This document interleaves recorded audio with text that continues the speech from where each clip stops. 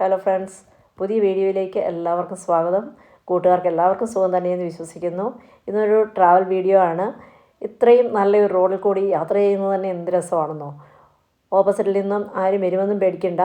പിന്നെ സൈഡിൽ കൂടി പോകുന്നവരെയൊക്കെ ഒരല്പം സൂക്ഷിക്കണം. 115 കിലോമീറ്റർ സ്പീഡിൽ ഓടിക്കാവുന്ന വഴിയാണ്. അതിലും മുകളിൽ പോകുന്നവരുമുണ്ട്. National express highway Bangalore Chennai റോഡാണ്. ഞങ്ങൾ രാവിലെ തന്നെ ഒരു ടെമ്പിൾ വിസിറ്റാണ്. കോലാർ ഗ്രാമത്തിലെ കർമ്മസാന്ദ്രയിലേക്കാണ് ഞങ്ങൾ പോകുന്നത്. ശിവലിംഗത്തിന് പോലെ ലക്ഷക്കണക്കിന് ചെറിയ ശിവലിംഗങ്ങൾക്കും പേരുകേട്ട കോടിലിംഗേശ്വര ക്ഷേത്രത്തിൻ്റെ കവാടമാണ് നമ്മൾ ഇപ്പോൾ കാണുന്നത്. വലിയ തിരക്കുകളിലൊന്നും പെടാതെ തന്നെ ക്ഷേത്രത്തിലേക്ക് എത്തി.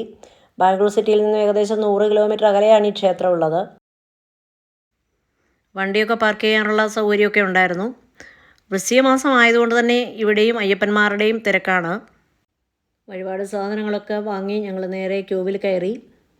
പ്രധാന നടകളിലൊക്കെ കൊടുക്കാനും വഴിപാട് സാധനങ്ങളൊക്കെ വാങ്ങിയിട്ടാണ് പോയത്. സ്ഥലമുണ്ട്, അതൊക്കെ ഞങ്ങൾ കൊണ്ടുപോയി ചെരുപ്പുകളും ഷൂ ഒക്കെ അഴിച്ചു വെച്ചതിന് ശേഷം ക്യൂവിൽ കയറി. ആ ക്ഷേത്രത്തിനുള്ളിലേക്ക് കയറുമ്പോൾ തന്നെ ഒരു പ്രത്യേക ലോകത്തെത്തിയ പോലാണ് നമുക്ക് തോന്നുന്നത്. അത്രയ്ക്ക് മനോഹരമായ ഒരു ക്ഷേത്രാന്തരീക്ഷമാണ്. ഈ ക്ഷേത്രത്തിനുള്ളിലെ ഒരു പോസിറ്റീവ് എനർജി അവിശ്വസനീയമായ അനിർവചനീയമായ ഒരു ഫീൽ തന്നെയാണ്. 1 കോടി അടുത്ത് ശിവലിംഗ പ്രതിഷ്ഠയുള്ള അത്ഭുതം നിറഞ്ഞൊരു ക്ഷേത്രം. കർണാടകയിലെ കോലാർ ജില്ലയിലെ കർമ്മസാന്ദ്രയിലെ അതിവിശിഷ്ടമായ ശിവാരാധനയ്ക്ക് അത്യധികം പ്രാധാന്യമുള്ള ഈ ക്ഷേത്രം ഒന്ന് കാണേണ്ടത് തന്നെയാണ്. സ്വാമി സാംബശിവമൂർത്തിയുടെ നേതൃത്വത്തിൽ 1980 ഈ ക്ഷേത്രം പണി കഴിപ്പിച്ചത്. ഇപ്പോഴും ഇവിടെ ശിവലിംഗങ്ങൾ പ്രതിഷ്ഠ നടത്തുന്നുണ്ട്. ശിവലിംഗങ്ങൾ ലഭ്യമാകുന്ന സ്ഥലങ്ങൾ ഇവിടെയൊക്കെ എൻ്റെയൊക്കെ കിട്ടുന്ന ധാരാളം കടകളുണ്ട്. ജ്യോതിർലിംഗ സ്വരൂപമായ മഹാദേവൻ്റെ ഈ സന്നിധിയിൽ ഉപദേവതകൾക്കും കോവിലുകളുണ്ട്. 11 ഉപദേവതകൾ ഇവിടെ കുടികൊള്ളുന്നുണ്ട്. വിഷ്ണു, ബ്രഹ്മാവ്, അന്നപൂർണേശ്വരി, ആഞ്ജനേയസ്വാമി, കറുമാരി അമ്മൻ, വെങ്കട്ടരമണസ്വാമി, രാമനും സീതയും ലക്ഷ്മണനും, കന്യകാ പരമേശ്വരി, പഞ്ചമുഖ ഗണപതി, ഇവർക്കെല്ലാം ഇവിടെ പ്രത്യേക സ്ഥാനമുണ്ട്. ശിവരാത്രി മഹോത്സവമാണ് ഇവിടുത്തെ ഏറ്റവും വിശേഷപ്പെട്ട ദിവസം. ലക്ഷക്കണക്കിന് ആളുകളാണ് അന്നേ ദിവസം ഇവിടെ ദർശനത്തിനായിട്ട് എത്തുന്നത്. ഇവിടുത്തെ ദർശന സമയമെന്ന് പറയുന്നത് രാവിലെ 6 മണി മുതൽ രാത്രി 9 മണി വരെയാണ്. ചെറിയ ചാർജ് ഇവിടെ ദർശനത്തിനായിട്ട് എടുക്കുന്നുണ്ട്. മഹാദേവൻ്റെ അനുഗ്രഹം ഏറെയുള്ള ഒരു ദേവസന്നിധിയാണ്. ക്ഷേത്രനടയിലേക്ക് എത്തിക്കഴിഞ്ഞാൽ പൂജാരി തന്നെ ക്ഷേത്ര ഉത്ഭവവും അതുപോലെ പ്രത്യേകതകളും എല്ലാം വിശദീകരിച്ച് തരും. എല്ലാ നടകളിലും പ്രത്യേക പൂജാരിമാരുണ്ട്. നമുക്ക് അർച്ചനയൊക്കെ ചെയ്യാനുള്ള സൗകര്യമുണ്ട്. പൂജാരിമാരുടെ അടുത്ത് നമ്മൾ നാളും പേരുമൊക്കെ പറഞ്ഞു കഴിഞ്ഞാൽ അവർ അവിടെ തന്നെ അത് ഉറക്കെ വിളിച്ച് പറഞ്ഞ് അർച്ചനയൊക്കെ നടത്തിത്തരും. ചില നടകളിലൊക്കെ നമുക്ക് തന്നെ മൂർത്തിക്ക് ധാരയൊക്കെ ചെയ്യാൻ കഴിയുന്ന നടകളുണ്ട്. വാങ്ങിക്കൊണ്ടുവന്ന പൂജാ സാധനങ്ങളൊക്കെ നടയിൽ സമർപ്പിച്ചു. അവിടുത്തെ പ്രധാന പ്രസാദമായ ലഡുവൊക്കെ വാങ്ങിച്ച് നടയിലൊക്കെ തൊഴുത് പുറത്തിറങ്ങി. ഇനി നമുക്ക് ഈ കോടിലിംഗേശ്വര ക്ഷേത്രത്തിൻ്റെ ചുറ്റുപാടുകളൊക്കെ ഒന്ന് കാണാം. ശിവലിംഗങ്ങളാൽ നിറഞ്ഞു നിൽക്കുന്ന കോടിലിംഗേശ്വര ക്ഷേത്രത്തിൻ്റെ പരിസരം. കോലാർ ഖനിയെക്കുറിച്ച് കേട്ടിട്ടുണ്ടെങ്കിലും ഈ ഒരു ക്ഷേത്രത്തെക്കുറിച്ച് ഞാൻ ആദ്യമായിട്ടാണ് കേൾക്കുന്നത്. ആദ്യമായിട്ടാണ് ഇവിടെ വരുന്നതും. ഒരു കാലത്ത് സ്വർണ്ണഖനനം കൊണ്ട് പ്രസിദ്ധമായിരുന്ന സ്ഥലം ഇന്ന് സ്വർണ്ണഖനനം നിന്നുപോയെങ്കിലും ഈ ക്ഷേത്രം കൊണ്ട് വളരെ പ്രസിദ്ധമാണ്. ഇവിടുത്തെ ഏറ്റവും ആകർഷകമായ ഒരു ഭാഗത്തേക്കാണ് നമ്മൾ ഇപ്പോൾ പോയിക്കൊണ്ടിരിക്കുന്നത്. 15 ഏക്കറോളം ഭൂമിയിൽ വ്യാപിച്ചു കിടക്കുന്ന സ്ഥലത്ത് ശിവലിംഗങ്ങൾ കൊണ്ട് നിറഞ്ഞിരിക്കുന്ന മനോഹരമായ മഹാദേവ സന്നിധി. മഞ്ജുനാഥ സ്വാമിയുടെ കൂവളത്തറയും മനോഹരമായ പ്ലാവും എല്ലാം കൊണ്ടും ഭംഗിയുള്ള ഒരു ക്ഷേത്രം.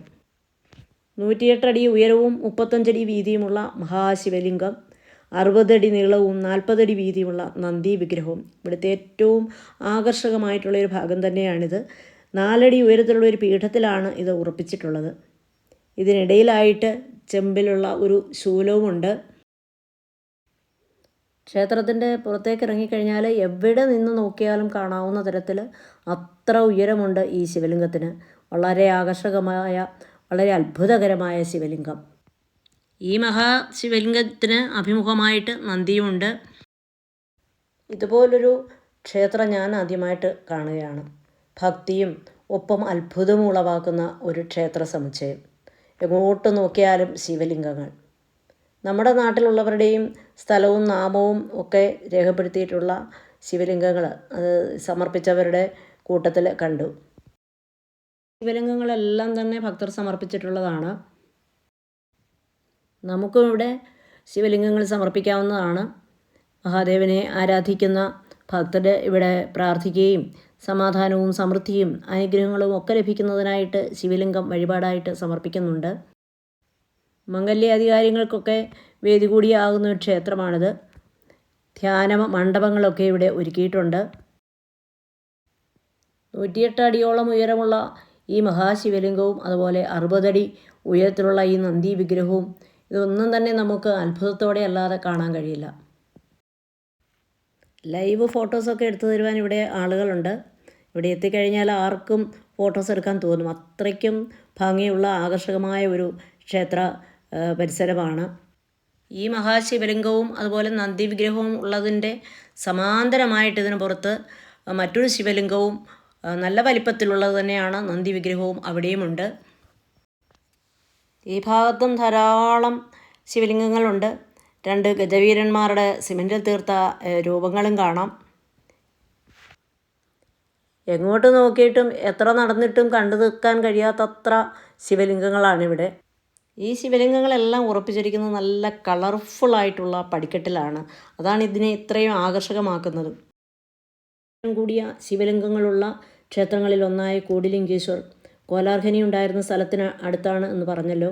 വളരെ പ്രസിദ്ധമായ ഈ ക്ഷേത്രത്തിൽ ലക്ഷക്കണക്കിന് ആളുകളാണ് ഒരാണ്ടിൽ വന്നു പോകുന്നത്. മഹാശിവരാത്രിക്ക് ഇവിടെ അഭൂതപൂർവമായ തിരക്കാണെന്നാണ് അറിയാൻ കഴിഞ്ഞത്.